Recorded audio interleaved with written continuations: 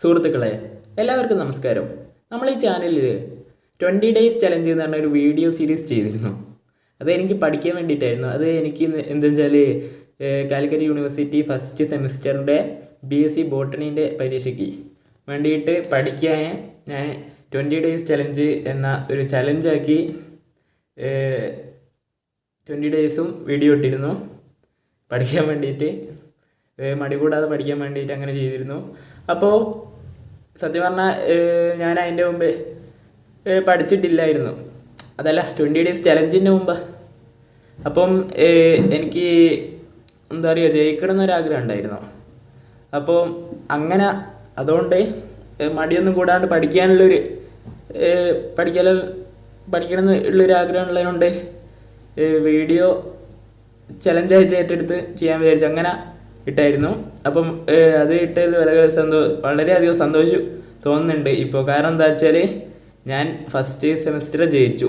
Calicut university first semester BSc botany പരീക്ഷ ജയിച്ചു. ഇനിയിപ്പോൾ എൻ്റെ മുമ്പിലേക്കുള്ളത് സെക്കൻഡ് സെമിസ്റ്ററാണ്.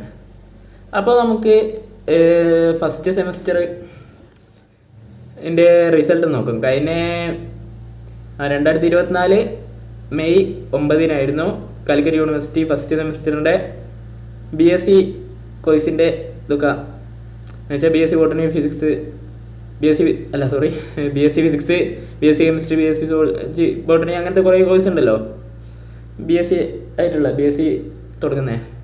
അപ്പോൾ അതിൻ്റെ പിന്നെ വേറെ ഏതിൻ്റെ വന്നില്ല എന്നാണ്. അതിൻ്റെ പിറ്റേന്നായിട്ട് ഇങ്ങനെ BAൻ്റെയോ BComൻ്റെ ഒക്കെ വന്നേക്ക്. എന്തായാലും എൻ്റെ പരീക്ഷേൻ്റെ റിസൾട്ട് വന്നത് 2024 മെയ് 9 ആണ് വന്നത്. അപ്പോൾ അന്ന് എന്താ പറയുക, റിസൾട്ട് എടുത്ത് നോക്കി വെബ്സൈറ്റിൽ, കാലിക്കറ്റ് യൂണിവേഴ്സിറ്റി വെബ്സൈറ്റിൽ അടിച്ചു നോക്കി. വളരെയധികം സന്തോഷം തോന്നിയിരുന്നു. കാരണം 3 എണ്ണം ഉറപ്പായിട്ടും പൊട്ടെന്ന് വിചാരിച്ചു ഞാൻ.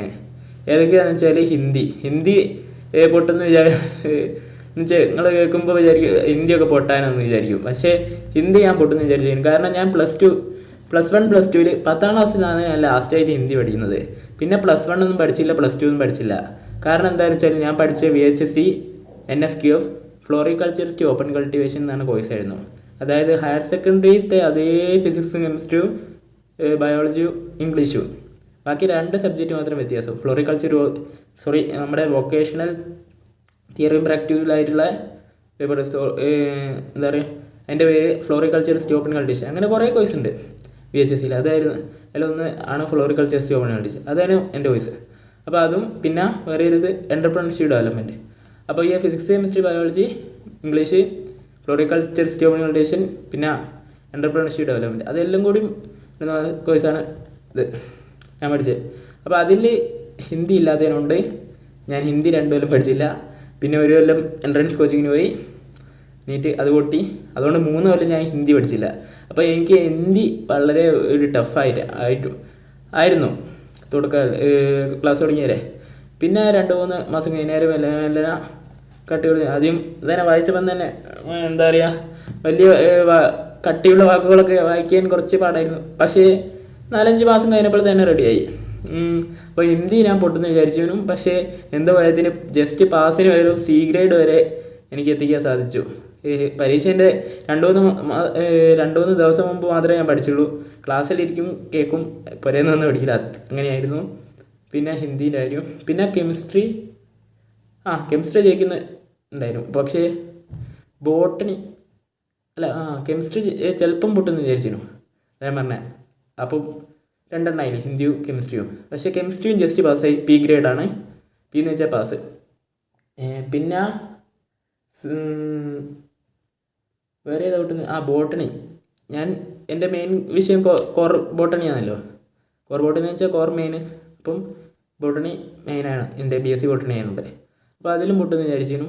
അതും എനിക്ക് ഭയങ്കര അറിയൊന്നുമില്ലായിരുന്നു. പിന്നെ ഞാൻ പഠിച്ച ചോദ്യം വരാണ്ടെന്ന്, പിന്നെ essay ക്വസ്റ്റ്യനൊന്നും ഞാൻ പഠിച്ചില്ലായിരുന്നു. അപ്പോൾ അതിലും എന്തോ ഭാഗ്യം കൊണ്ട്, എന്നുവെച്ചാൽ ഭാഗ്യം എന്നല്ല, നമ്മൾ പഠിച്ചിക്ക് അത് നമ്മൾ ഉത്തരം ശരിയായതുകൊണ്ട് നമുക്ക് മാർക്ക് കിട്ടി, ജയിച്ചു, അത്രേ ഉള്ളൂ.